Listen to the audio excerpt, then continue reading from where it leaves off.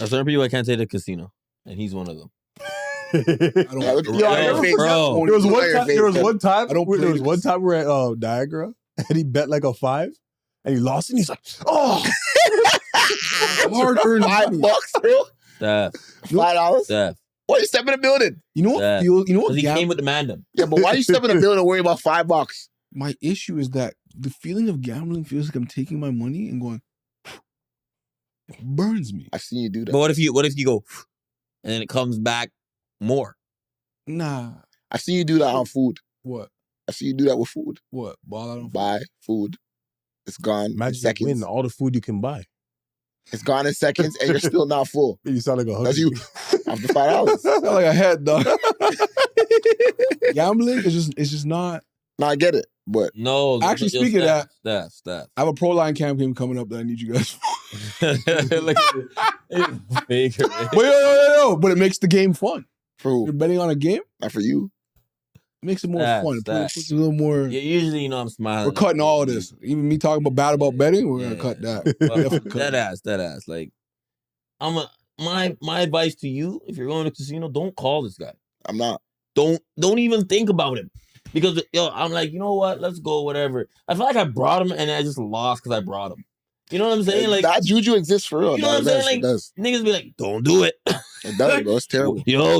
Niggas are selfish. Hold on, you be like, you put your money on the table, you look over, he's like, you know what I mean? He's like, you're putting that much? You know what I mean? Yo, go over there, dog. Stay away from me. This is fun for you, nigga. It's leaving your hard-earned money to chance. That's when you have that negative impact. Yeah. You see what I'm saying? You tell start. You want to go right now? You could invest. I did invest. That's a chance too, though. That is essentially a gamble. No. Oh, what? All right, we're moving on. We're moving on. Crypto? I'm not telling you to put your money in crypto. So wait, it's a mutual fund. She could go down. I lose my money. But it doesn't. How? It doesn't. How you know? Over time, the money always goes up. How you know? But that's boring. Over time. That's boring investing. So over time. You're telling me that you've never to get rich, you got to do boring things. To get rich, you just want to go to the casino. To get rich, you have to take risks. Huh? No. To get rich quick, you have to take risks. No, in life, you have to take risks. You take a little bit of money here, invest a little bit, take a little more. The moral of the story is just don't go to the casino with Tashawn. That's it. You know what the irony of this is? Don't go to the casino, period. Grandma loves the casino. Grandma loves the casino, bro. But she plays the slots. I remember, feel like she's getting robbed. I remember the slots is... the slots are different. The whole place is a robbery. Those are the slots. Okay, hold on. But I can win, is what I'm saying. It is. You rather get robbed to your face or robbed behind your back? Robbed behind my back, bro. I'd rather just straight up just hit my mom. Ah, man. He's a guy podcast. Guys, we're back. We are back. You know? We're back. We just have to give a disclaimer. This wasn't planned. The Jackson did? It's crazy, right? It's lounge day after holidays. We the tracksuit sponsor. Yeah, we do. That's funny. That's funny. That's funny? That's funny. Why is that funny? Nothing. Anyway. That's funny. I'm not involved. Oh, see, now you guys are making it hot. You guys are making it real hot. No, we might have one coming though. Yeah, 100%. We might have one in the works. From who? A sponsor. From who?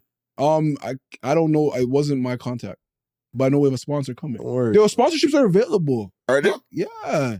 We might have a juice one. We might have a clothing. We got So we're the guys. We might have a water one. We're about to be the guys. Brother. People try I don't to be know about easy that. guys, bro. But sometimes I do get thirsty, so water. No, don't boost the Evian up. The Evian's good. Evian's good. It tastes good, but they're blessed. I might make my own He's a Guy tracksuit. Make it. Make one for all I'm of a them. large. North 705? Nah, yo. Get back to that in a minute. That did well for you, though. It did. That was good. A little money in your pocket. A little bit. Yeah. Somebody's trying to take it, but that's okay. Niggas always try to take something. Didn't they hit you for it, too? Oh, yeah. The school told me cease and desist. And imagine. And then I'll ask you about it and then sell it. That's crazy. Give it away to make athletes. a clothing line to promote the school, and the school wants to sue you. You know why? What? Because they never thought of it. Exactly. That's all it was. And I said, let's partner. Yeah, let me get a piece, but they don't want it. You're a student, fam. You shouldn't be Are doing you sure this. they're not doing that now? But not. They probably are. When you left, we got left, merch. still making it. And our merch said North 705 on it. Look better than his. Took the idea and ran with it, brother. My end was bigger and I couldn't get a sponsor. I don't know why the end was bigger. The man didn't want to change it. It's all right, bro. It's popping. I still have that hoodie, though. Anywho, What's good out there? He's a Guy podcast. We're back. You know, Steph here, part of the cast. Come on now, introduce yourselves, guys. Oh, damn. Damn. To the right? Damn. My bad. Coming off the holidays, we're lazy in there. Lazy day. You guys just have turkey, though? Jackson. Everybody lazy. Everyone's going to bed, eh? Everybody's looking at me, you know, like Juice. Anyway, looking at you there. You know, it's your boy Theon, man. We're here. We're going to have a good pod today. It's a great pod. Come on, it's a great pod day. Terrell, Frack, Jimmy, you know, health is wealth, feeling blessed. You know how it is. It's your boy Tashawn here. Some call me Ty. Some call me TT. No one calls you that anymore. I want to have more nicknames. How come you guys have all the nicknames, dog? No, you're right. But no one calls you that anymore, though. You know what I'm saying? Everybody say your nicknames, dog. Why only you only get one? Why did his voice get so soft? Like, yo, they call me Tashawn Ty. Rico Suave. Like, He started. I thought Dion was on his voicemail.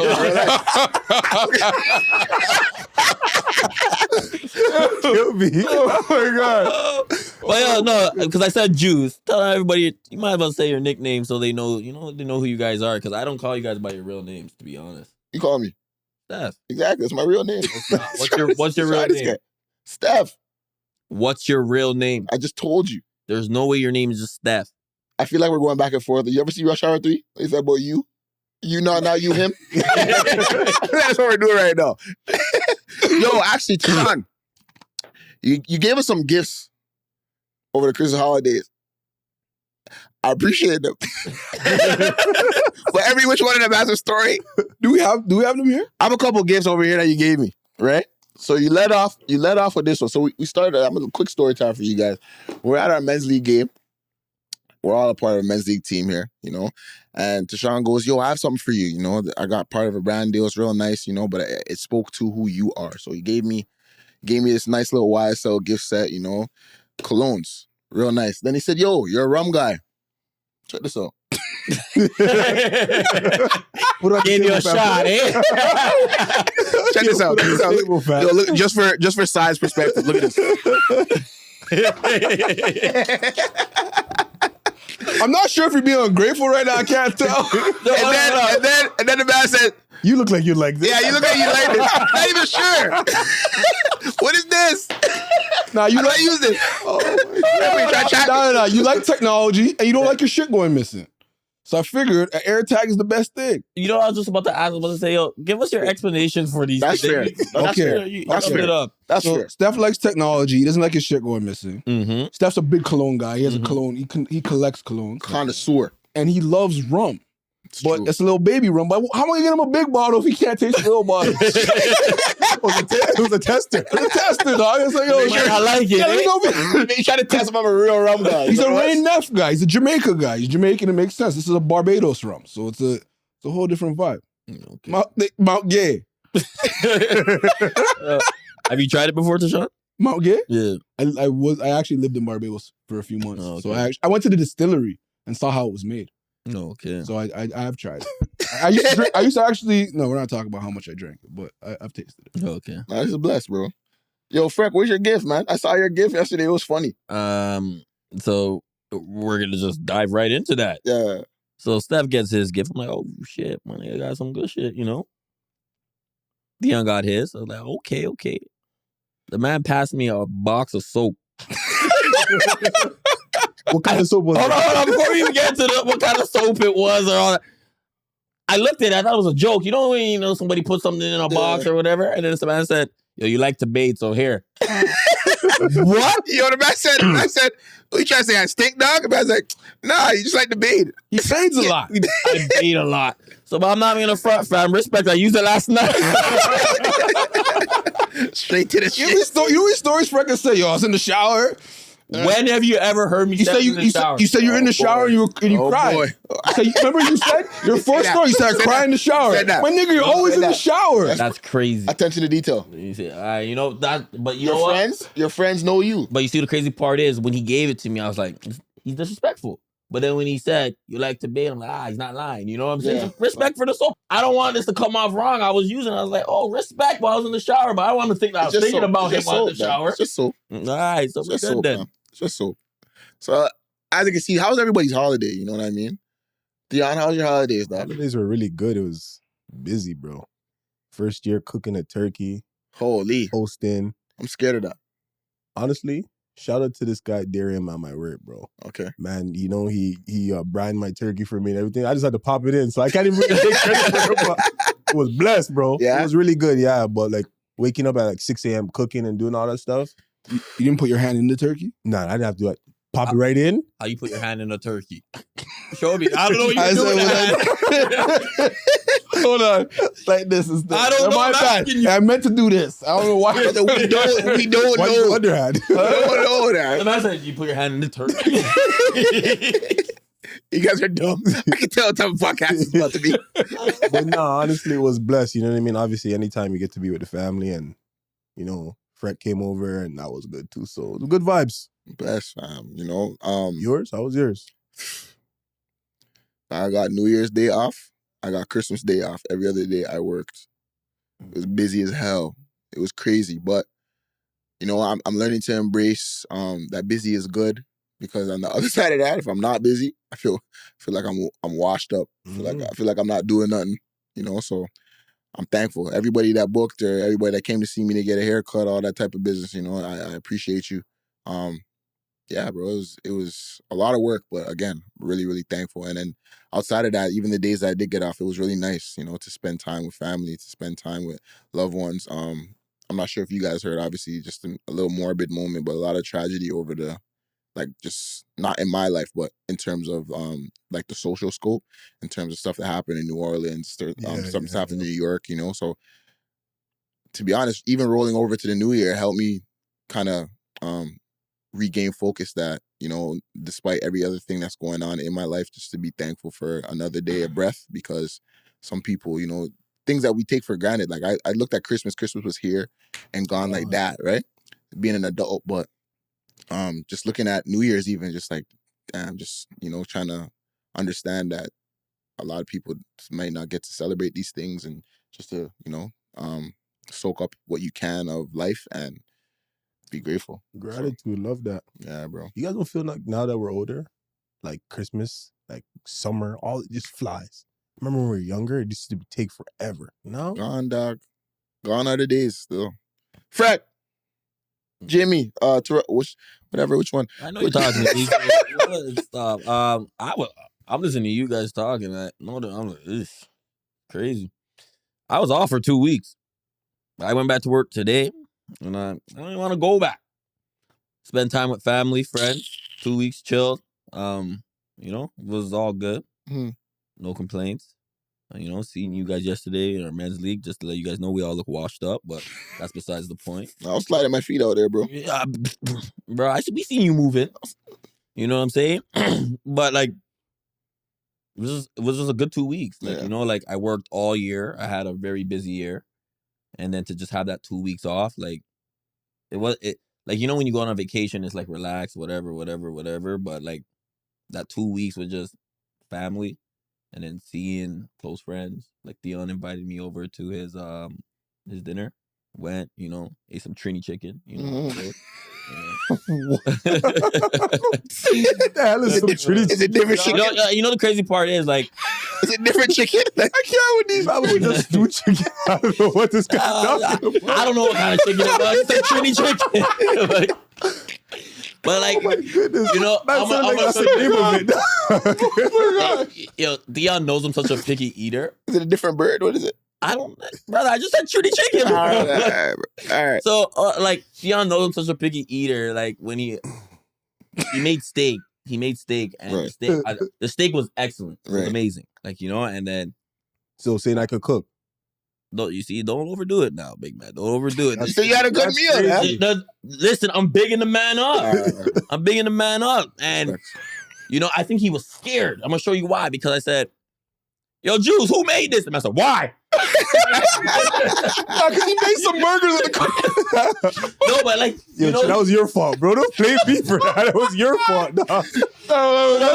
Juice had his run-ins with some stuff cooking before. You know what I'm saying? Right. Not that day, but before. You see what I'm saying? He worked at high-class restaurant. Oh, my goodness. Picked up a 1-2 things. He's top-notch now. Picked up a 1-2 things. That's what I'm saying. So I said, who made this? When I'm telling you, I never seen you say why so fast. Why? And I'm like, man, this is amazing. Yeah. And he's like, oh, okay. And he calmed down real quick. I'm like, Juice actually is really good. Yeah. And I said, okay. But like, he didn't believe me still, you know what I mean? But I'm telling him, like, Juice actually really tastes good. And then I had to go out to, yo, you made this? And then he's like, no, he actually made it. I was like, oh, it's really good. You gotta double check.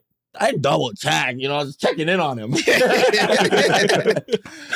But no, honestly, I'm bigging him up. The steak was amazing. Yeah. And for me to tell you that, I'm going to be honest with you, I'm not a food critic or any of that stuff, but I'm a very picky eater. Right. And I was really shocked about how good it was. That's best, bro.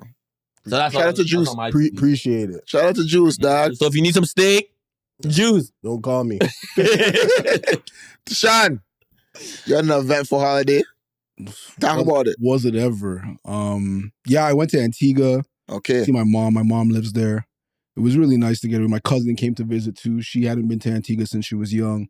So I had the pleasure of like showing her the island. As if I'm a local, but it kind of feels that way. I've been there 5 times over the last year. And it was just nice. Like being on the beach, being in the sun for a bit. My trip kind of ended on a low note a bit. Totaled my rental. Yikes. And that whole experience is a messy one. Everybody's blessed? Everyone's blessed. Everyone's okay.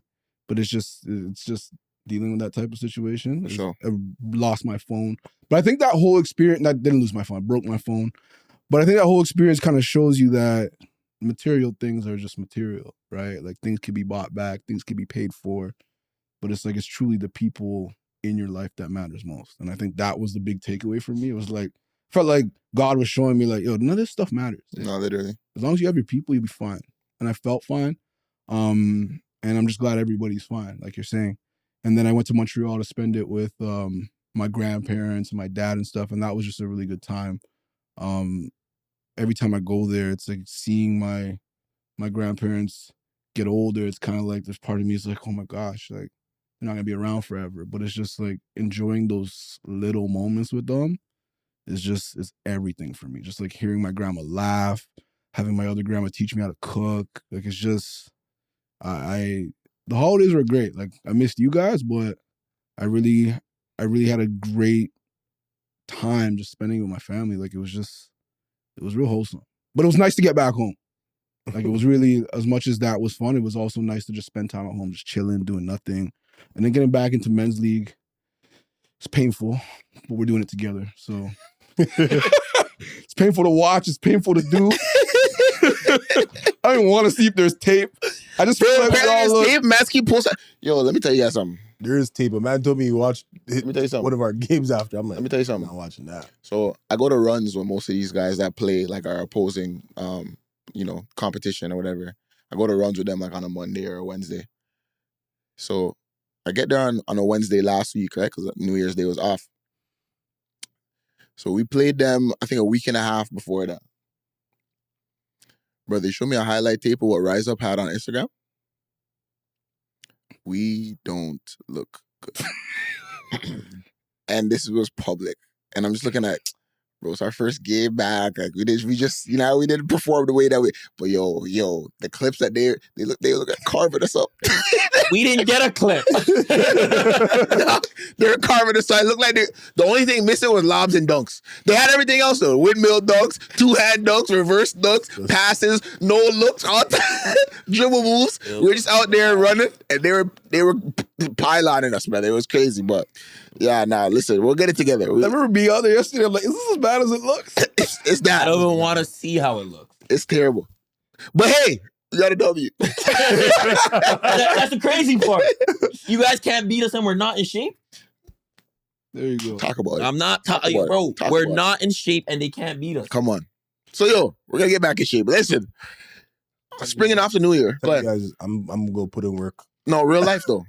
I'm going to go run. I'm going to do everything. The way I felt yesterday, Juice, after the game, I was like, okay, my back's starting to seize up a little bit, just at the lower end. Anyway, springing off of this new year, right? I felt like it's important because, they always say like new year, new me, new goals, different things that, some people that may not be able to follow all the way through. But I kind of want to make today's topic something that's a little bit more, again, wholesome and simple, where it's like, we talk about how do we succeed in goals? How do we, and just keeping it simplistic. So today's podcast topic is just the fear of transition, the fear of success, and how do we overcome those things? So for you guys, how do you feel like we run into those things? Like what is the biggest thing for you guys when you hear like success, or when you hear like transitioning into a new space or whatever? Like what pops up in your mind? I think when I think about it, it's just the fact that when you go into a new space, you have to start from the bottom. And I have this fear of starting from the bottom, because it's like, a lot of times, when you think about school, for example, you got through it, you were good at school, you got to the top of it. Then you go into the job market, you got to start from the bottom. And the thought of doing something new is the fact that you have to start from the bottom. But when you get back to the bottom, you're not used to being at the bottom. It's like playing ball. Like in my experience, like on my teams, I was always playing a lot. I was always like a guy. And then you get into the workforce and you're a nobody. And and it feels like you're a nobody. And for me, like, even when I think about social media, it's the same thing. I had to learn how to create content, and I had to learn in a public way. It wasn't like I started from 0 followers and was trying to build it up. I started from having a lot of followers, and I'm trying to learn how to do this with everybody expecting me to know how to do it.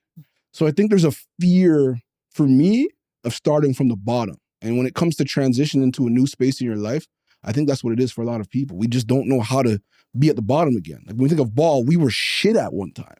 We were bad at basketball when we started, but we forget that when we try a new thing, because now we're good at other things. So it feels better to just go back to the things we're already good at than it does to feel like, let's step into something new. And I think that's what it is for me. I like to look like I'm good at something. We tend to not put ourselves in positions where someone could look at us and be like, yo, you're not good at that. That's how I see it. Listening to that, when you say start from the bottom, I'm a little different. I like starting from the bottom. Mm-hmm. I like to see my journey and my process and how everything goes. And I shouldn't do this, but I do it. I see the mistakes you made. I'm not gonna make those mistakes when going up. So I'm a little bit different from him. I like a little bit of a struggle. So do you have that fear of transitions, or fear of starting something new and the success that could come of that? Like, what? I don't know if I have a fear.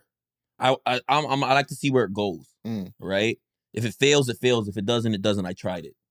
There's a lot of things that I probably should try a little bit more, but like I don't look at things as failures. You know, like everybody says a loss. I look at them as lessons. Right? That's why I said I don't mind starting from the bottom, because I like to see how everything plays out, and like I said, I'm not gonna make that mistake. Right? That's how I see it, pretty much. Yeah.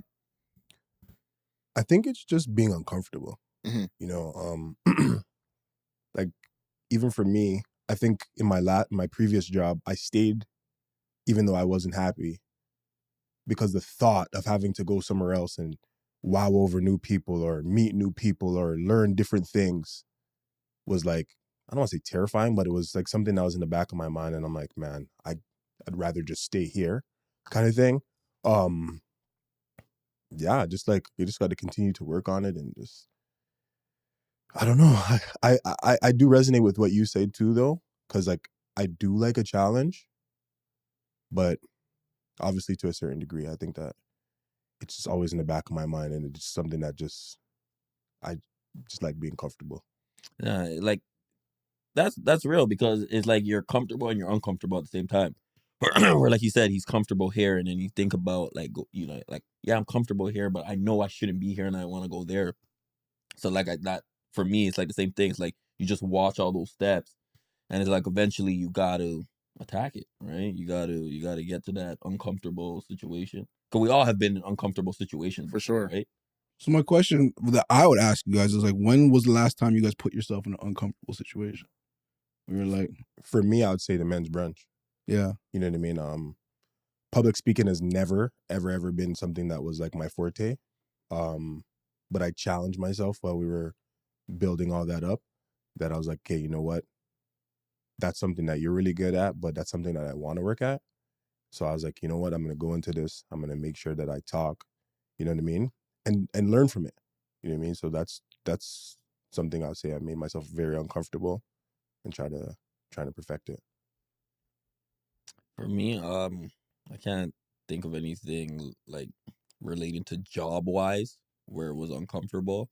It doesn't have to be job, like, because if you think about it, even a fear of transition could be like moving, right? If you're I was just moving, about to get into that. okay, Right when like I just moved, we got a house. It got uncomfortable at times, right? Because a lot of people like to show like, oh, I'm big baller, I'm big this, I'm big that, right? But like it really does mess with your mental when you're asking you some real life questions. What's your credit score? Ooh, it's humbling, right? yeah, you get those like, bro, I gotta do better. Yeah, Okay, like you're balling, you're in the club, you're doing this and that. Okay, well, you need this down payment. Do you have it? It's all the step backs and it makes you realize like shit's real out here, for real. right? Like no matter how comfortable you might think you might be because you talk about it, when it's time to be about it, like, are you gonna have the credentials to show? And it gets very uncomfortable because it's like the person on the other end, they're just asking you real life questions. Like they're not trying to like make you feel bad about yourself, right? Trying to put you down or anything, but it's just it's real life, Yeah. right? And the way we go about certain things and we see certain things and we hear certain things, believe it or not, credit runs this world, right? So no matter how much money you think you have, if you don't have anything to back the money up, no one wants to work with you. Right. For me, uncomfortable, there's a lot of situations I could allude to. Whether it's work, whether it's moving, like a lot of spaces within work, because I work for myself, I'm a barber. So That's fearful in itself. to be honest with you, like even when people come and ask like for a different hairstyle or different, then you may have only done it once or twice or any of these type of things, it's just like, damn, okay, like, Do you say that to them though? no, but I feel like you can't. I feel like I don't even know this. That's what I'm saying. I only did this once. But at the same time, you still have to be honest of what skill base you have. Like, so you try to point them in the direction of what your expertise is or what you know. So, like for example, if a person's coming to me that has that wants like a shear cut, like a scissor type of cut, I can direct them in a space where it's like, I know what I'm good at with these shears, so I can try to like direct you to that. But that's just the expertise within the space. But not so specifically, just even I remember during COVID, there was a time where we were cutting and we had like the shop boarded up and then we were cutting inside of that. And then city bylaw came and said, yo, you guys are working in here, you guys can't, gave us a fine. But it was at a time where like the red zones and different things was like, but I still had to work. And I was not about to travel all GTA wide every day wasting gas, whatever the case. So I had to get into an uncomfortable space and go work out in Milton because it was a red zone. So I guest spotted for 3 months, right? From I think it was March up until June, damn near. I was in Milton every day working at a guest spot, and it was like meeting new people, working in their space on their timing on different things, and it was just like an uncomfortable feeling. And that's just work.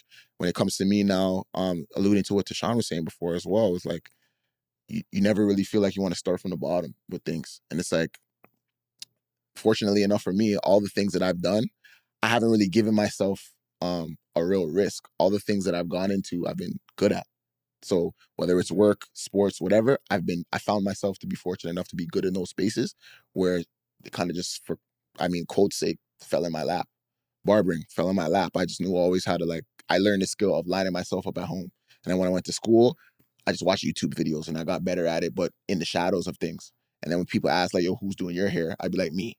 And they're like, oh, so if you could do your hair, definitely do my hair. Tashawn was one of those guys for me where I test color or whatever for him. Then he'd go to school, people ask him where he get his haircut, and that would help me progress along. Or basketball. I was always somehow a good athlete at most sports. So soccer was good, hockey I was good. Just different a plethora of things where I just happened to fall in my lap where it's like I didn't really have to give myself a risk at trying, or if it didn't feel that way. But now it's like you want to elevate, you want to grow, and you start seeing different people in their spaces, and they're doing well at multiple things where you feel like maybe you want to branch out. But it's like, again, what even look into what Theon said, it's like, I'd like to go here. and I don't love it over here, like where I'm at, but I've already reached a certain plateau where it's like I'm good, so I don't really need to try at it. So I don't know. It's kind of a caveat to deal with, but that's what I guess we're here to talk about today: the risks and giving yourself that space and the grace to just try. So that's more or less my take on it. But No, I like that because it sounds like you, based on like what I know from you, is that you're open to trying things, right? Do you always push yourself to the level where you're in super discomfort to grow as much as you can? Might be a different conversation, but it's like you're still willing to try. Like even this podcast, I approached you, I'm like, yo, I feel like you'd be really good to host this. And you were like, yo, thank you. Like, yeah, I would love to try it. You never hosted a podcast before. Nah, never. But it's like you were willing to try. Like that is applaudable in itself because it's like some people would be like, I don't know if it's for me. But you were willing to try. So you got to give yourself credit for that.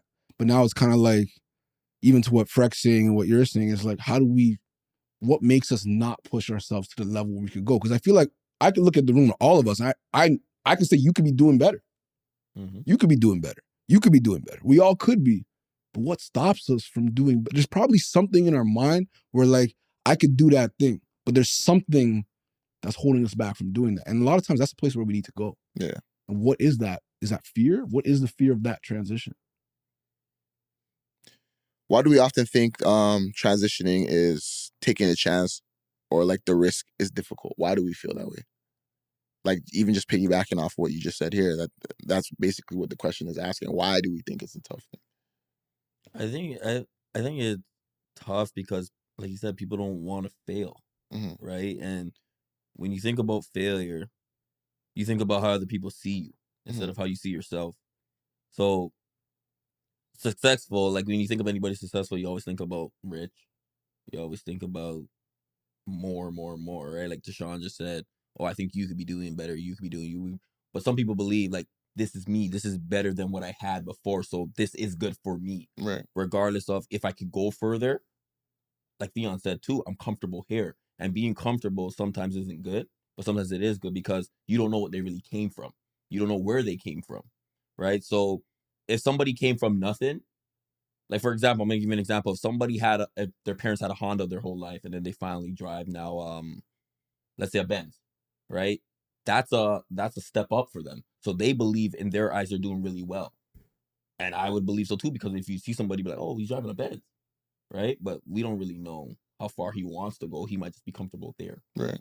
So that's how I see. I just go back to people don't want to fail. Even to piggyback off of that, like when I go to like these rooms with you and stuff, like when I'm talking to people, I feel I have the fear of being inadequate. I think that's a big thing. Like when you're talking to I do this, I do that, I do that. I'm like, oh, I don't do all that. Yeah, like, oh, I just do like one thing. But they might find what you do amazing. Exactly. Right. And it's reminding yourself of that and just putting yourself out there. I think, like you said, when you're talking to these people, they can see you and be like, oh, wow, I like what you do. Let's connect, whatever the case is. And that's a step. Well, can't speak. That in itself is a step. And you trying to better yourself and do better things. So would I be fair in saying that? I think I am fair. I'm not even gonna ask that. Just more, but like just getting directly to what I'm gonna say is just, I think this resonates with a lot of us in this room and out there watching, the imposter syndrome, which is the feeling of like, I don't want to be the spotlight guy. So that's another way that we look at ourselves and be like, yo, I'm not going to take this risk because if this risk, if I do take this risk, I'm going to be looked at like I'm being too celebrated and I'm shy. I don't really want that. I'm going to shy away from it. And then also the idea of if we do become successful, it's like, who do we get? Like, oftentimes when we reach a level of success, there are people that we may have to leave behind and we may fear that. You know what I mean? So like, for me, for example, I feel like if I were to leave, even like putting it back on work, if I were to leave my shop, right, to elevate to my own private space or go to a spot downtown, it's like I'm leaving the people that I came up with, you know what I mean, in this barber game, the people that gave me tips and tricks to take myself to another level. When it's like I I may have superseded what that shop could do for me now. You know what I mean? Not to say that I have, but who's to say that's not the case? So I may be limiting myself, but it's all self-inflicted. It's in my own head. Where if I were to go, they might be happy for me. You see what I'm saying? Where it's like, yo, you've done all you can here. The fear of not knowing, right? The fear of not knowing. How people are going to receive it. You see what I'm saying? So it's the fear of anxiety, the guilt behind all these things is what really, really hits home for a lot of us, I feel like, in those spaces. Survivor's remorse. Right? And it's like, I know, like, my experience too is there's a lot of things that are there. Like, there is that fear of judgment, especially with what I do. I'm constantly being judged all the time. Right. And that feels like a lot. You know what I mean? It's like your family has something to say, your friends have something to say, your followers have something to say. And it's like, if you don't counterbalance that with shit that reminds you how great you are, you're going to just listen to what people have to say. Yeah. And I think that's one big thing I've learned this year, even like through faith. It's like, you think, okay, like God got me. That's one thing to counterbalance it. Being around people who are positive, it's another thing to counterbalance it. What you read, what you listen to, what you watch counterbalances it. Because then it's like, instead of me just hearing what people have to say and being swayed by that all the time, I have other things that remind me you are still great. And I think that's important. And another point to it was kind of like, even with when we're talking about survivor's guilt or survivor's remorse, is like, when you level up, it's not only that your life becomes better, but there can be an expectation from you to bring everybody with you. And it's hard, it's a pressure. For sure. It's hard to do because you can't do it, and you can't satisfy everybody's expectation. When I won Big Brother, people were in my DMs being like, family. Me and my DMs, yo, cuz, can I borrow $3,000? This guys. Yo, can you imagine? You know what I mean? When was the last time you spoke to him before that? I didn't even know he was my cousin. I didn't even see Y'all niggas get the follow back button was still blue. I was like, oh my God. I was like, you didn't know that was cousin. My God. I said, brother, who is this? There was Nah, for no real. picture in the DM. I said, which cousin is this? But yo, cuz, give me that 3K. Don't worry about that. Don't worry about that. Don't worry about the follow. Don't worry See about what I'm that. Give me saying? that. I had a brethren that said, yo, when you won, I thought you were going to take us to the club and we're going to pop bottles. Expectation. It was Imagine just, that. huh? That's great.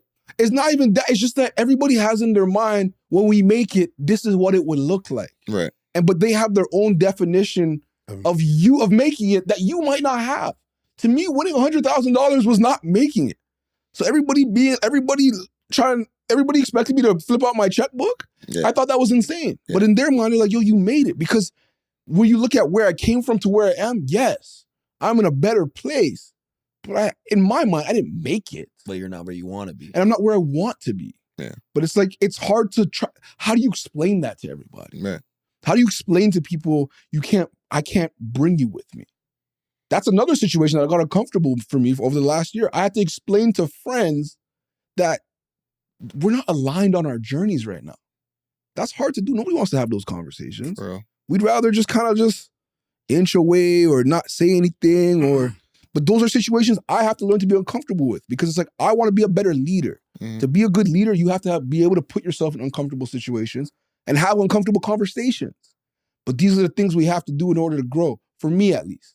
And these are the things that I've been learning on my journey. And yes, it's scary. There's fear of success. There's fear of failure. There's imposter syndrome. All those things exist. But a lot of times is when you go towards your fear, that's where your greatness is. Oh, you're trying to drop bars on us. That's a bar right there, to be What was honest. that? I didn't, I was You're dropping bars, eh? He's dropping stuff. Yo, drop. Yo. You want 100? Oh, this guy. Let me hold some. I'm your cousin too. Ew. So is there any I know there's consequences, sorry, but is there positives to situations like that where you become now that leader of your life, where it's like you have to have those uncomfortable conversations? I know, a lot of people today actually have said, yo, this year's personal. This one's for me, or this, whatever the case is. It's like, are we ready to face those? Do you think we're ready to face those type of consequences in terms of kind of shifting it over into a positive? Because I don't know.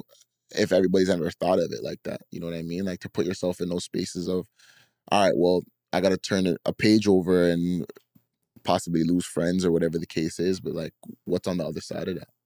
I think even us just showing up here gives us the answer yes to your question, because you know what I mean. You're taking steps, because when we were younger, if you would have said, "Yo, we were doing this," I would have been like, "What are you talking about? For what?" You know what I mean, right? But there comes a point where it's like sometimes it just weeds itself out. It's not even necessarily like, "Yo, I can't." We're not aligned. It just it's just so prevalent in front of your face that you just know, like, okay, like I got to move on, right? I think that for me, I've had people in my life too where I'm like, okay, where I'm trying to go, you're still stuck on what we were doing back in the day, what, like when we were younger and stuff like that, and it's not where I'm trying to go. I'm trying to move forward. I'm not trying to go backwards, right? So I think the steps that we're taking in everything that we do every day, whether it's this space, you know, you're doing your security thing, you're doing you're cutting hair, you're speaking, the brunches, the nonprofit and stuff like that, you know, we're setting ourselves up to be those people, to be successful, to eventually reach that, I don't want to say ceiling, but to reach high, to be successful for ourselves. So what you're both saying too is like, and I know Freck and I have talked a lot about this, is how does the saying go? To who much is given, Much is much is expected. And it's like the positive in that is that you're given a lot. To be able to see that you want more means that you actually have the mindset to want more. But in that, don't you feel like you have to show that you are able to handle what you're given before expecting more? Absolutely. In order to transition to the next point in your life, yes, I feel like it's important that, yeah, you water your own situation before. It's like, are you gonna go fix your neighbor's house before while your house is still mosh up? Well, absolutely not. But it's like, in order for you to level up to the next level, yeah, it requires you to take care of where you're at now. But it's like, you're blessed to be able to do that. Right. And I think sometimes we take these blessings for granted. For sure. You know what I mean? It's kind of like when you look at a star player on the ball team, it's like, yeah, LeBron will get blamed when the team loses. Yeah. But it's also like when they win, he gets like he has to deal with the pressure of winning and he has to deal with the pressure of losing. Like on both ends, when they win, it's amazing for him. When they lose, the blame is all on him. But that's just kind of comes with it. There's more pressure to level up and get better. But it's like when you get to that other side, there's a lot more for you over there. I want to go back to something that you said. You said like sometimes you step in rooms, you talk to people, and you feel like you're inadequate because some people may be doing more. Is that something that you personally may want to venture into, to do more? Or do you feel like mastering one thing for now is... And I can open that up to everybody in the room. Like, do you guys feel like doing more is what you're striving to do? I think often as kids, we did a lot of things Mm-hmm. to see what we're good at. And I think as you get older, you kind of veer away from that. So I think for me, it is doing the things that I'm uncomfortable and trying it and trying new things and seeing what I'm good at and whatever. Because again, I would have never thought doing a men's mental health brunch would be something that would interest me or something that I could give my all to. But then stepping into that space, I'm like I couldn't see myself not doing it, right? Right. So I'm trying to be comfortable being uncomfortable and trying to do different things. And obviously, like I have two kids looking at me, and I want them to look at their father and be like, okay, this guy, he tried. He always gave his all, whatever the case is. So that's what, when I'm in these rooms, I'm trying to better myself and do. For me, I always want more. Mm-hmm. And my mom, my wife, everybody always telling me like, yo, you gotta slow down sometimes, you know? I hear that so much. And yeah, but for me, it's like, what am I slowing down for? I'm gonna keep going. I want more. I got this, I want that. But it's like, be comfortable with what you have right now. I'm grateful, but, yeah. Yeah, but why do I have to be comfortable and grateful right now when I can still go get that? You know what I mean? So for me, I always just want more. Like, and some people look at it as a bad thing. I just look at it as being motivated, right, to get to where I really want to be. right? Like people always say, if you're not motivated, you're not doing anything, right? You're motivated to cut hair, right? You said like when you were sitting down, you're like, whoa, what am I doing? Like, Literally, yeah. you know what I mean? Like, but if somebody called you, yo, stop, come, yo, come through, Yeah. right? But you told yourself you're gonna relax today, but you're still doing more, right? So for me, I always want more. That's it. I just always want more. Some people say you're greedy. I don't think you're greedy. I call that a hustler, right? So I just always want more. I mean, like sometimes as men, and I agree with what Freck's saying. Like it's important that we want more, but sometimes I do believe that we can get lost in the more and not appreciate what we have. You know what I mean? We're always working, grinding. It's like, but when does it stop? You know what I mean? And I think that's the balance sometimes that we have to find, because I remember there was a time I was working so much, there was bag under my eyes, my belly was hanging over, I was coughing all the time. Why you laughing, bro? I was overworking myself. My neck was. Where was your belly hanging over? It wasn't really hanging over. It wasn't like how it looks today, though. Oh, it was a different belly. It wasn't the same belly. It was. Now you called me fat in Miami, dog. He called me fat one time. How'd it make you feel? Did I? Yeah, you did. I said, my bad. I said you something. You said to Sean, you don't usually look like that. You look fat now. So what, I set you back? It hurt. Or drive? It hurt, brother. Yeah. But it really just spoke to, like, I wasn't actually taking care of myself. I was so focused on getting more. I stopped focusing on myself. Yeah. And sometimes, like, we think of more in the wrong way. 100%. I was thinking more as in money. Right. And sometimes we can get so caught up chasing money and losing sight of the big picture. Like, I want to say last year I was making some of the most money I ever made. I was unhappy, though. So the more that I was looking for wasn't money. Right. I got lost in the wrong more. The more that I was looking for was impact. It was community. Now, I've been making a little bit less money. I say no to campaigns. I say no to things that don't align, brand deals that don't align with me. But now it's like building this with you guys, doing the men's brunches, doing social media content I actually care about, actually being myself. That means more to me than just getting a bag. Right. And sometimes I think as men, we can get lost in the more. The more can, and sometimes we have to stop to see that. When we're working, grinding all the time, sometimes we can't even see what's happening. We're just working. I think that's the conflicting thing for most men. You know, we grow up in a society where it's like, if you're not doing something, like Freck saying, you're not doing something, you're not a man. You're not doing something, you need to do more and this, do that. So when you get lost in things, trying to do the more, that's the thing I feel like I guess we have to refine. But how would you find that? I guess other than just trying, like, do you try and like that's the thing I'm trying to navigate here. It's like you could try all you want, but it's like, when do you know enough is enough, or when do you know it's like, yo, this is not for me, I'm gonna go over here? Because some things might not be as glaring of an answer. Like you're saying the results? I don't know, but that's what I mean. Like, okay, so for me, if I were to say like, yo, I want to try something new, right? And I try it. When do you give up on it? When would you say, yo, it's time to transition from this to... So for like basketball, for example, like, yo, if I want to try to be a pro, I could try it right now. I could try work all this time, whatever, put in the work, but it's like, does that benefit where I am in life now? Like, when is it time to maneuver? I think I would say if like your passion and your hard work is not in it, then you kind of know. Like if you're doing something leisurely, that's when you kind of just like, okay, yeah, you're not like, if I was to say I would pick up tennis tomorrow and I was just doing it, like I started out and this is where I want to go with it, but I'm just doing it leisurely. I'm not giving my all to it. It's like, well, say you are giving your all to it though. Then why would you stop? Maybe it's not breeding the results that you... that's the thing. Like, I don't know. Like, for example, I know a lot of guys that either it's sports or in a career path where they're trying and just not bringing back the results that, you know, not to say that they're immediate, but bringing back things where it's not meeting the reality of where they may be in their life.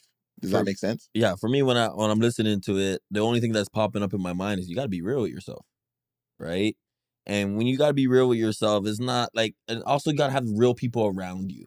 Like, for example, you said the pro thing, right? Like, when does a pro career really end? In between, like, I would say the end of like 35. The guys that you see past 35 is like an anomaly still. Yeah, you know what I mean? Like, those guys are like, we look at them and like, whoa. Yeah, one-on-one. Like, I'm 32. I feel like my body's breaking down. For sure. So I could only imagine how those guys feel. So now if I'm 32 right now saying, oh, I'm going to try to be a pro, I'll be kidding myself. But at the same time, I'm going to still try it, but I'm not being real with myself because, you know, it's like prime for basketball is between like 25 to like 33, right? And then when you, in between there, those are your prime years. And if you play after that, you're on the decline of some sort. You know what I mean? And it's like, kudos to you, you're still going, right? Yeah. But so I'm just listening to it. I just think some people don't keep it real with themselves, right? And have some real people around you, because if you can't keep it real with yourself, the people around you will keep it real with you. Even though it's going to be harsh, it is what it is. Like, it's the truth. Okay. Absolutely. And it's like, if you have, like we spoke about mentors. Yeah. Are there people outside of like your friends and are there mentors that are like, oh, I can see this for you? Because sometimes like you hear the success stories where people had that delusional belief that no one believed in them, but they still made it. But those type of people put in, like, what kind of work were you putting in to still get there? Right. And that's the part of being real with yourself that you need. It's like, if you want to go play pro right now, I look at you and say, nah. But if you were putting in, like if you were in the gym 6 a.m. to 9 a.m. every day putting up shots, I might look at you and be like, oh, this guy's serious. Yeah, but then I might still say, nah. That's what I'm saying. Like, but say, oh, he really wants it. Nah. But he's not gonna make it. Like, you know? You know what I'm saying? But that would say a little bit more if you were actually putting in that work. Right. But there's a lot of times, and I think we do a lot of our friends a disservice sometimes when they say they want something, or they say but we don't. Not put in the real work for them. We don't put in, like, we don't keep it real with them. Yeah. And there's a balance to that, obviously, because it's like our opinion is not always asked for. For sure. But sometimes it's like, if you told me you want to go to the league, and I'm like, yeah, Steph, you can do anything you put your mind to. But then you don't love them. I don't think you love them. You said their opinions are not asked for, but if you love somebody, you're going to give them the hardcore truth. I might ask your permission and say, yo, can I tell you what I think? Can I be honest with you? Yeah. That's fair. So in that, culminating all of that together, how important do you feel like being gentle with yourself, giving grace is throughout the journey of, you know, the risk taking, the trying through transitions and everything like that? Like, how important is it to give yourself grace, but then also the balance of giving yourself the truth? You know, like when do you, I guess, bridge that gap? Like, what is what? Like, do you put a timeline on it? Is that what you're asking? I don't know. That's what I'm kind of asking. Like, do you give yourself a goal of like, yo, in a year, if I'm not where I need to be with this, I can transition? But that's easier said than done. You see what I'm saying? Like, you might reach a point where it's like, it's not where, like the saying for like reach for the stars, land in the clouds type of thing. It's like, yo, I want to get here by the end of the year, but maybe you don't make it there, but the progress is still good enough where you keep wanting to try. But then does the realness set in where it's like, you know what? Nah, maybe I should transition to something else. I think there's a couple things there. I think one thing that I always used to say is like, and I still say it, like, if you spoke to yourself like you spoke to a friend, you'd probably be a lot kinder to yourself. So that's one thing. Like, what would you say to your friend if your friend was talking to you? And I think secondly, to that point, I think when we try to do something, it's so important that we have an open mind when we're trying to do it. Because sometimes we don't, when our mind is so closed and we're so tunnel vision on the one thing, we're not seeing the other opportunities open up. So it's like, imagine I'm playing ball, I'm trying to play pro, and then someone's like, yo, you'd actually be really good in this coaching position, or this GM position, or this marketing position. I'm not even seeing that because I'm so tunnel vision on the one thing, when a lot of opportunities could open up from. It's like me. Imagine I was like, I only want to be an influencer. I only want to make content. Speaking would have never opened up for me. Doing stuff with, like, so do stuff. Yo. Just continue. We cut that? Doing men's events. You didn't say anything. It's fine. Doing men's events would have never opened up to me. Like, I don't know why I started laughing. I don't know. But what I'm saying is that having an open mind can really open doors for you. And I think sometimes we get so tunnel vision on the thing that we want when there's so many other things that could present itself, but we got to be open to it. You know what I mean? Like, I'm sure he could talk to you about security and like what happened with him. It's like it's the same thing. It's like if he had been so tunnel vision, I'm just here to get my bread. He might not have a security company today. Right. You know what I'm saying? But it's like it's just it's still going after what you want, but still having an open mind, because being more focused on output rather than outcomes. The work that we It's put another in. bar. Who are you today, bro? Got some bars today, fam. Oh, man. Arrested. You have a notebook? Pen in that. Right. So, interestingly enough, I don't know if you guys follow Tyler Perry on Instagram. I don't, but I say that because I don't know if you guys follow. I don't. it came out wrong. It came out wrong. I didn't expect you to say that. I get it though. You just happened to Came come out across wrong. it. Yeah. So I say if you follow it because like you could have seen it, but you could have saw it like I saw it, and I don't follow him. So anywho, let's speed past that. Going to what you had just said, there was a post that he put up wishing a woman a happy birthday, but the happy birthday message is at the end. What it started with was like this woman in this picture, like the picture that was there on the forefront. It was his tailor. You did see it. So it was his tailor. It's a woman, and she's so focused on getting getting Tyler Perry together on his suit, right? And she has, you can just see her, like she's so attention to detail that she wrote off the idea of becoming an actress, right? So much so that she didn't even ask him. She just assumed that it would be a no. But she was so good at being a tailor, she just said, you know what? I'm comfortable being a tailor because I'm not good at it, right? And then later, she happened to take the risk in asking. She killed the role, and now she's one of the stars on one of his shows. So, like you said, it's kind of like that tunnel vision. If she just stuck with the idea of, I'm only going to be this tailor, I have other goals in mind, but they're not really the forefront. I'm going to be tunnel vision here. You might have missed that opportunity. You might have missed those moments.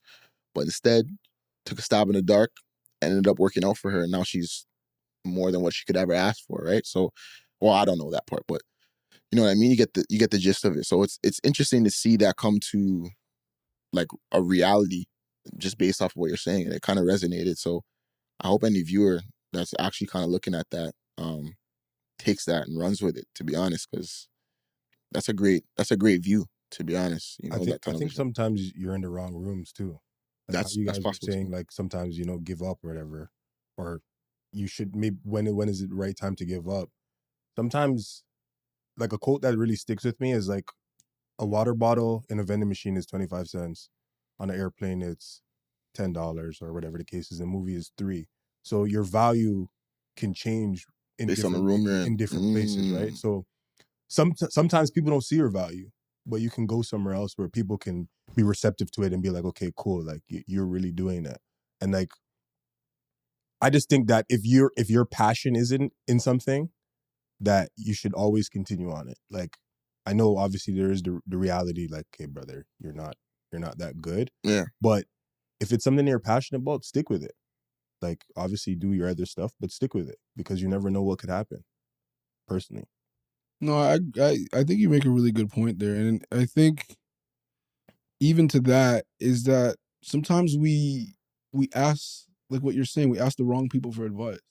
Sometimes we're getting advice from people who don't have, it's hard to ask somebody for advice who doesn't have what you want. Mm-hmm.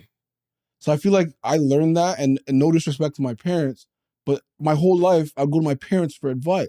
And they weren't as experienced as you would need them to be. And not even that, it's just that there comes an age you grow up and you're like, they might not know about this Also thing. that quote, like, I can't ask my parents how to make $1 million. You know what I mean? They never made it before. You know what I mean? They can't tell me the steps to go there. Yeah, you got some bars today. Huh? And and like you could have them for moral support, but some things I can't go to my parents anymore. Mm-hmm. Yeah.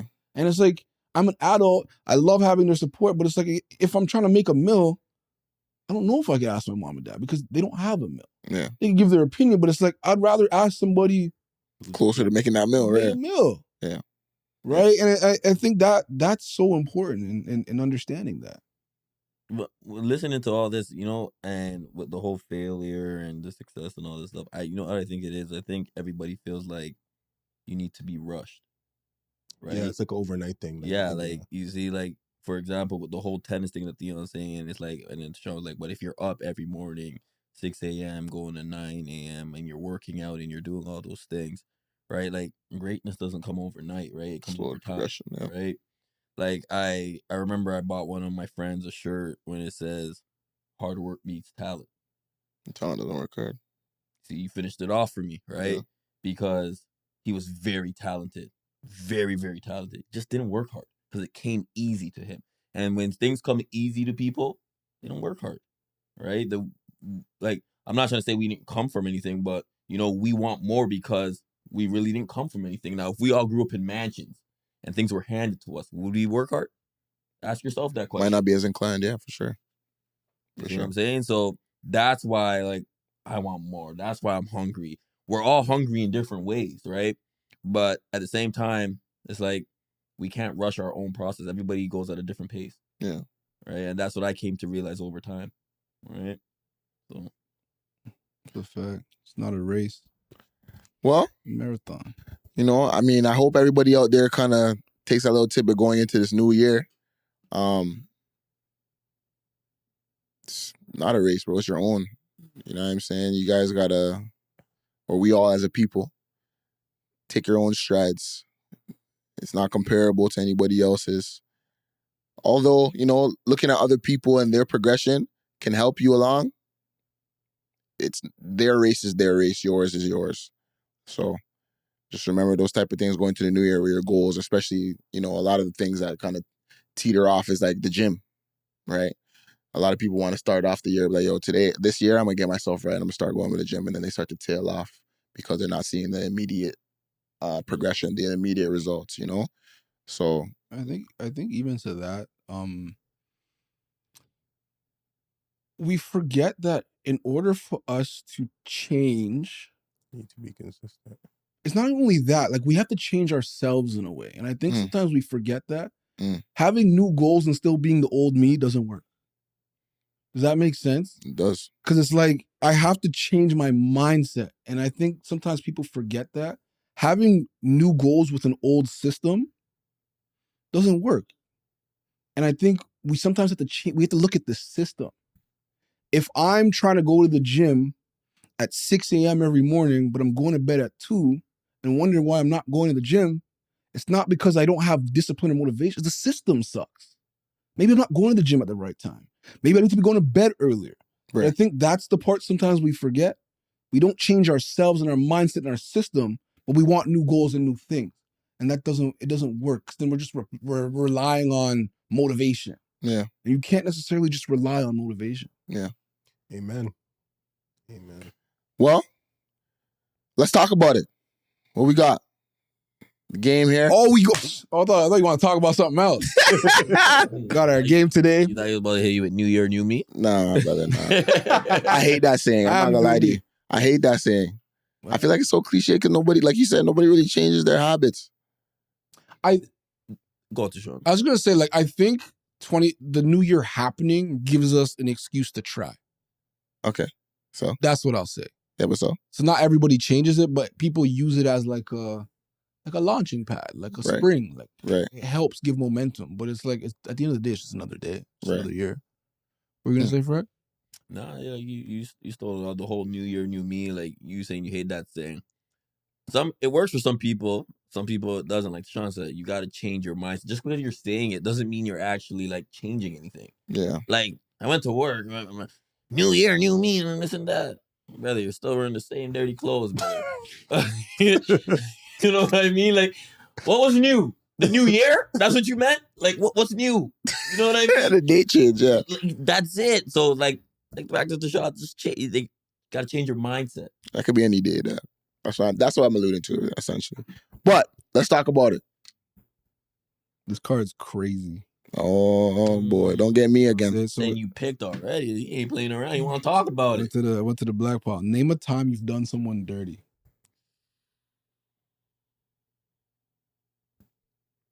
Name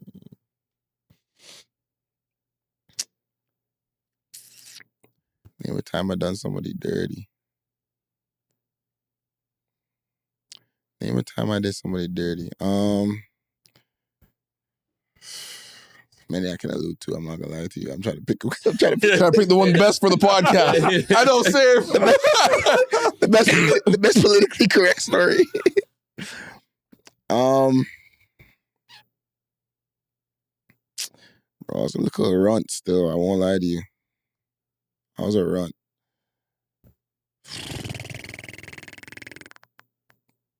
Damn. Yeah, they'll come back to me. I haven't told the story properly yet. Oh, yeah. Woo! You want to go first? I'm drawing blanks because I'm like, do I do people dirty? That's the thing. Like, is it a perspective thing? Or is it like you did someone wrong. You did somebody. And it doesn't have to be super deep. It could just be like, yo, I did this person dirty. You know what I mean? For me, my example that came straight to my mind, I'm just gonna say it, is like I cheated on my ex-girlfriend. And I want to take it off of that. Huh? That's the reason I didn't say that. I want to take it off of that. Yeah, but I'm not that guy anymore. But it's like there was a time where I was that guy. Yeah. And like I really live a life with honesty, integrity. Like I'm not in that space anymore. But back then, I didn't really see the importance of character. You know, just moving with honesty, moving with integrity, not trying to be different people in front of different people. And that's something I had to work a lot at. But yeah, like I cheated on my ex. We were in a long distance relationship while I was in university. It didn't really make sense why I was even in a relationship at that time. Not to say I didn't love her or care about her, but it was just a bad match of things. It wasn't a good idea. I think we made it into something more than it needed to be. Mm-hmm. And for that reason, I was dishonest. I was trying to have my cake and eat it too. But like I said, I'm no longer that guy, but yeah, did her dirty. Damn. And like, we're cool today. Like, low key, I think she cheated back. Is that what makes it easy to say? Is that what makes it easier to say? No, it doesn't make it any easier. It's just not a good feeling to do somebody like that. It's just not a good, like, I've lied, I've cheated, I've stolen, like I've done. That's what I'm saying. I don't know which one story. I've been like, you know what I'm saying? Like but I think having been on that side, you can get to the other side so deep because like you know what it's like to have done wrong and been done wrong. And now I know what it's like to not do that. And I have so much more appreciation for being a good person and a kind person and an authentic person. So that's mine. That's real right there. Juice? Brother, I'm trying to think. Drawing blanks too? Well, mine's is not, like, I'll just give a little short one. They're not crazy, but, like, you guys might find it a little funny, but, like, it's not supposed to be? Mm-hmm. Is it supposed to be? I don't want to No, like, because I didn't know the man. So, like, but I did him dirty. Oh. You know what I mean? So, for example, pulled up, there was a bum there. He was asking for change. See, don't even laugh, brother. And my cup holder's full of change. And he's like, yo, sir, I want something to eat. And I was like, nah. And I drove off. No. Yeah, it bugs me. And I drove off. But now, like, when I see people asking for change, I don't even like to call them bums. Because people asking for change or people that need something, I always give them my last. And I'll give you guys a story right now. Went to Shopper Drug Mart, came out of Shopper Drug Mart. God is my witness. This guy goes, hey, man. Like, he's in his car. I'm about to go in mine. He goes, bro, I forgot my wallet at home. And I went to the bank. And I don't have my wallet to take any money out. And I have no gas in my car. All right? And I'm like, oh, okay. I'm not going to help this guy. This is kind of sketch right now, right? And he goes, I can show you my bank account. He showed me his bank account. I had $30,000 in it. Right? He showed me his bank account. He's like, I just don't have anything to get back home. He goes, the car's not going to make it home for me to get my wallet. He goes, we could just drive to the ATM? No. We could drive me to the gas station. You can put it in. Yeah. And then like I'll e-transfer you the money. And I had $10 and I had my kids with me. So I'm like, no, I'm not taking that chance because I don't know where this can go. I said, I have $10. This could get you to the gas station. And then you can pump the gas, do what you got to do. And if you could make it home, because he said he lives in the area. So I said, all right, cool. He did that. And he drove off, right? And then, like, as we're driving off, I thought about it. I'm like, did this guy just rob me for $10? But I thought about him robbing me, but I'm like, he didn't really rob me because of the kindness of my heart. I gave him that. You know what I mean? So that's what I'm saying. Like when I drove off on that guy that he just wanted some change. I don't know what he wants to change for, but for me, like he wants something to eat. And I drove off and I left him and I didn't give him the change when I had to change. It didn't sit well with me. So that's why anytime I see somebody that's asking for change, if I have it or if I have anything in my pocket, I'm going to try to give it to them.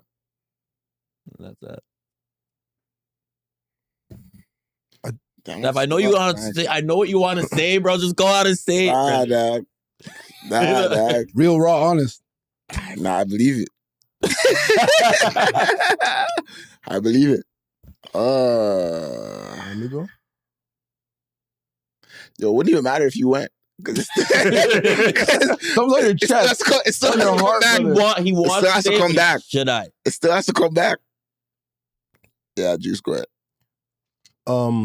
Just being on the topic that we're talking about, I think I've done people dirty by not being honest with them when they've come to me about whatever, a specific topic, like, do I think they should do this, whatever. But I feel like in the moment I was trying to be a good friend and I should have been real with them and tell them, okay, I don't think that's for you. That's suitable for you or something you should be doing. And I guess I feel like I did them dirty because I did them a disservice for not being honest with them. If that's okay. And there's one other thing. I never said this before. When you guys came to Halifax and it was about the shoes, the Jordans. Remember? The 11s. I think Fruity wanted them. And I wore them. Remember when you guys came to watch me play basketball? I vaguely remember this. And you wanted the Concords, and I was like, nah, I can't give it to him. I wore them still. Did him dirty because he wanted them, and I should have given it to you.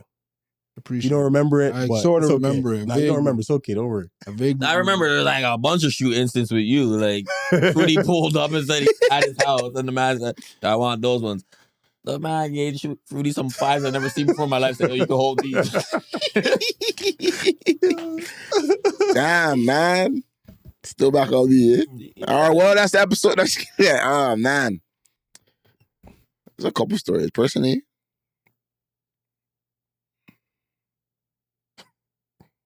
the time ran out, brother. Yeah, you just gotta tell him, let brother. it go. Just say it. Fuck, fam. Once you say the first word, it's just going to start flowing, bro. No, it's choosing a proper story. Brother, I had so many answers.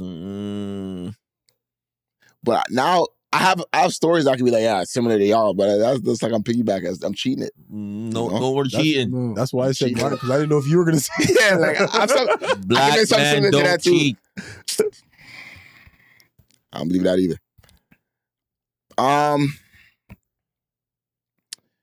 I'll keep it, you know what? I'll keep it broad. Mm-hmm. I'll keep it broad.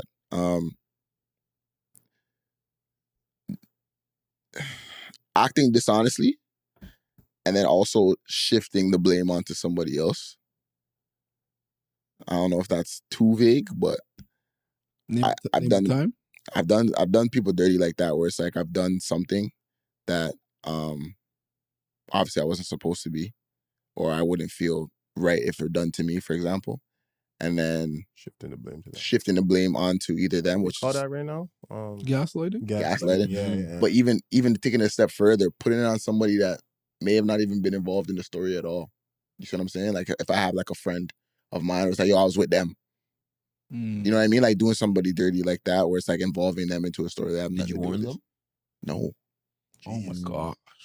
You see what I'm saying? So like now if they get checked, it's like, nah, I didn't do that. So I fuck. Now we're both fucked. Because now we're all lying. So now that person's looking at us like, oh, both you niggas are dirty. But it's like they have nothing to do with that. So I did 2 people dirty in a situation, you know? Yeah, that's all I can give you guys. Fair enough. Appreciate that. I mean, I think one big thing in life is, yeah, we could sit here and talk about all the great things we did, but to be able to acknowledge our mistakes and where we went wrong, or as Frex says, lessons, learnings, and how to be better from them. I think that's the main thing. And that's even like the main point of the podcast, is to acknowledge how we can be better men. So I appreciate you guys all for sharing. For sure. Anything to promote, gentlemen? Anything coming up? Yeah. New year? Yeah. With it being a new year, Knew you? nah. Well, kind of, you know. We're looking to host we're gonna host a goal setting workshop. I won't give too much details, but you know, we just want to be able to set men and even youth up to kind of just picture their year and what they want to do for themselves, whether it's short term, long term. So follow Mind State U and look out for that. Yes, please be on the lookout for Mind State U as well. They're doing amazing things, from men's brunches to goal setting to, you know, just uplifting people in the community. You know what I'm saying? So please be on the lookout for them. Again, follow us at He's a Guy Podcast. Subscribe to the YouTube channel. Like, comment, let us know all the things that you would like to speak on, or sorry, you would like us to speak on and discuss. And we'll try to get that out to you, you know. But from another episode, from us to you, be safe. See you guys again.